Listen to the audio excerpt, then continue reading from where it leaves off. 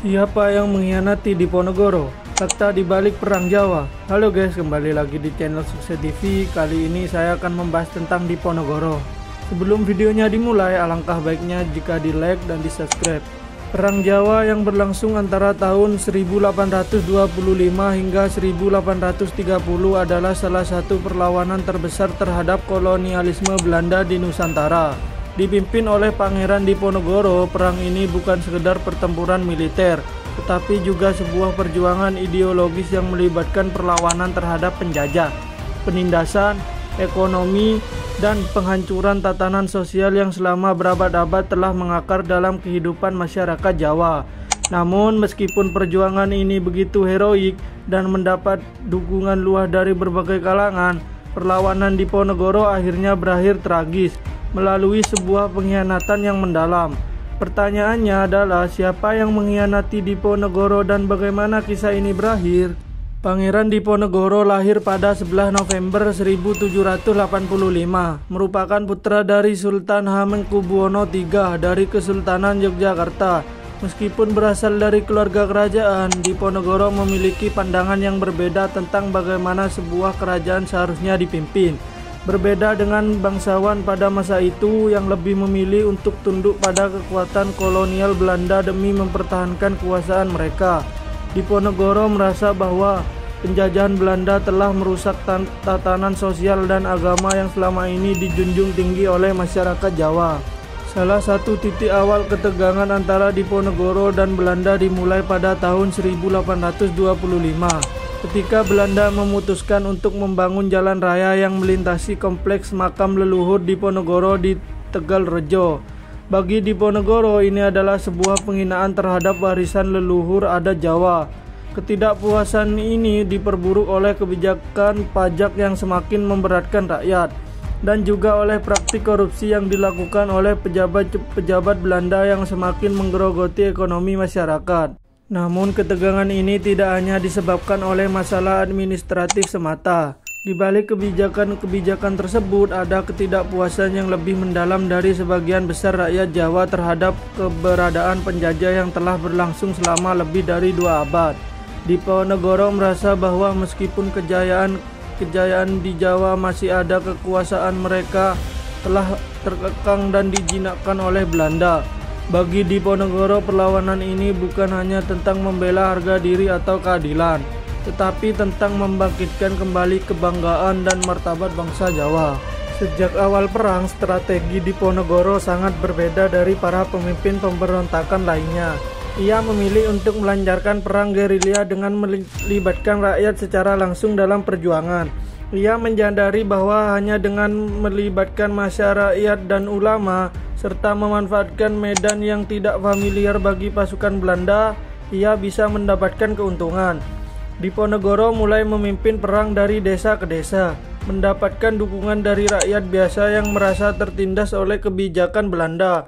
Masyarakat Jawa yang memiliki ikatan kuat dengan tanah mereka dan memiliki kedekatan emosional dengan adat dan agama, merasa bahwa perlawanan ini adalah perjuangan untuk mempertahankan kehormatan mereka.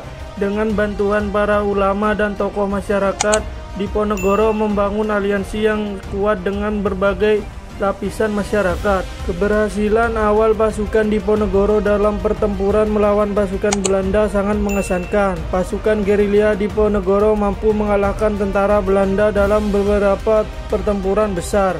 Bahkan pasukan Belanda yang terlatih merasa kewalahan menghadapi serangan mendadak dari perjuangan-perjuangan yang tidak terlatih dalam perang konvensional. Namun keberhasilan ini juga menimbulkan perpecahan dan ketegangan internal yang menjadi titik balik dalam perjalanan perang. Setelah beberapa tahun pertempuran, keadaan mulai berubah. Beberapa faktor menyebabkan pasukan Diponegoro mulai kehilangan momentum. Salah satunya adalah perpecahan di dalam tubuh pasukan dan koalisi yang sebelumnya ia bangun. Perpecahan ini yang sebagian besar dipicu oleh pengkhianatan, memainkan peran penting dalam mengakhiri perang yang begitu panjang ini. Salah satu faktor pengkhianatan terbesar datang dari kalangan bangsawan Jawa itu sendiri. Beberapa bangsawan baik yang berada di dalam kerajaan Yogyakarta maupun di luar keraton lebih memilih bekerja sama dengan Belanda daripada bergabung dalam perjuangan Diponegoro.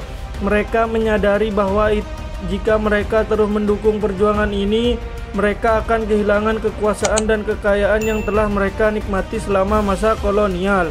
Sultan Hamengkubuwono V yang pada saat itu memimpin kerajaan Yogyakarta merupakan salah satu contoh nyata dari bangsawan yang memilih untuk berkolaborasi dengan Belanda. Sultan memutuskan untuk tetap berada di bawah kendali Belanda, meskipun ia memiliki hubungan darah dengan Diponegoro. Kekhawatiran akan kehilangan kedudukan dan kekuasaan menjadi salah satu alasan utama banyak bangsawan yang berbalik mendukung Belanda. Mereka merasa bahwa pemerintahan yang stabil dan perjanjian dengan Belanda akan lebih menguntungkan bagi mereka dalam jangka panjang daripada mendukung perjuangan yang sangat beresiko ini. Selain itu, dalam jangka waktu 5 tahun perang, ada sejumlah pejuang Diponegoro yang mulai terdesak. Beberapa di antara mereka mulai merasa lelah dengan perang yang tak kunjung usai, sementara yang lainnya diberi tawaran jaminan keselamatan oleh Belanda. Ada sejumlah tokoh dari halangan pasukan Diponegoro yang menjadi informan bagi Belanda, memberikan informasi mengenai lokasi pasukan, gerakan-gerakan strategis, dan bahkan rencana-rencana serangan yang dilakukan oleh Diponegoro. Pengkhianatan dari dalam tubuh pasukan ini menjadi sangat berbahaya, karena tanpa kesetiaan yang kokoh dari para pejuang, perjuangan ini menjadi lebih mudah untuk dikalahkan.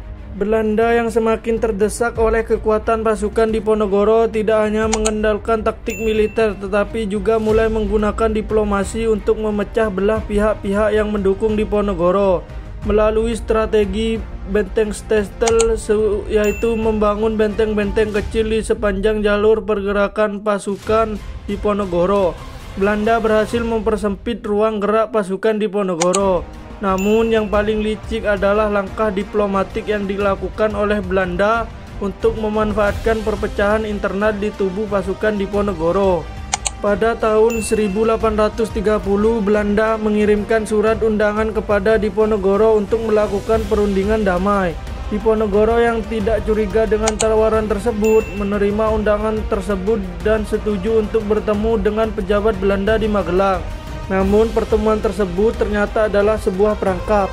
Pada 28 Maret 1830, saat Diponegoro berada di rumah Residen Kedu, pasukan Belanda yang sudah bersiap di sekitar rumah tersebut menangkap Diponegoro tanpa peringatan. Setelah penangkapannya, Diponegoro dibawa ke Manado dan kemudian dipindahkan ke Makassar, tempat ia dipenjara di bawah pengawasan ketat. Diponegoro diasingkan selama bertahun-tahun, dan ia meninggal pada 8 Januari 1855 di pengasingannya. Meskipun tubuhnya telah tiada, semangat perjuangannya tetap hidup dalam ingatan masyarakat Indonesia. Kisah pengkhianatan terhadap Diponegoro merupakan pelajaran penting dalam sejarah perjuangan Indonesia. Perpecahan internal, terutama yang disebabkan oleh pengkhianatan dari dalam tubuh pejuang itu sendiri, menunjukkan betapa pentingnya persatuan dalam menghadapi penjajahan. Tidak hanya itu, kisah ini juga menyoroti betapa penjajah menggunakan taktik licik untuk memecah belah dan melemahkan perlawanan. Diponegoro sendiri tetap dikenang sebagai salah satu pahlawan terbesar Indonesia. Perjuangannya memberikan inspirasi kepada generasi-generasi setelahnya untuk terus berjuang demi kemerdekaan dan keadilan. Meskipun ia kalah dalam perang, ia menang dalam hal martabat dan pengaruh dalam sejarah Indonesia. Kisah pengkhianatan ini tidak hanya mencerminkan sisi gelap dari perjuangan, tetapi juga memperlihatkan kekuatan semangat perjuangan yang tetap menginspirasi tentang sepanjang masa. Terima kasih yang sudah menonton. Semoga yang saya sampaikan bermanfaat dan menambah wawasan bagi kalian semua. Jangan lupa like, komen, share, dan subscribe. Peace out.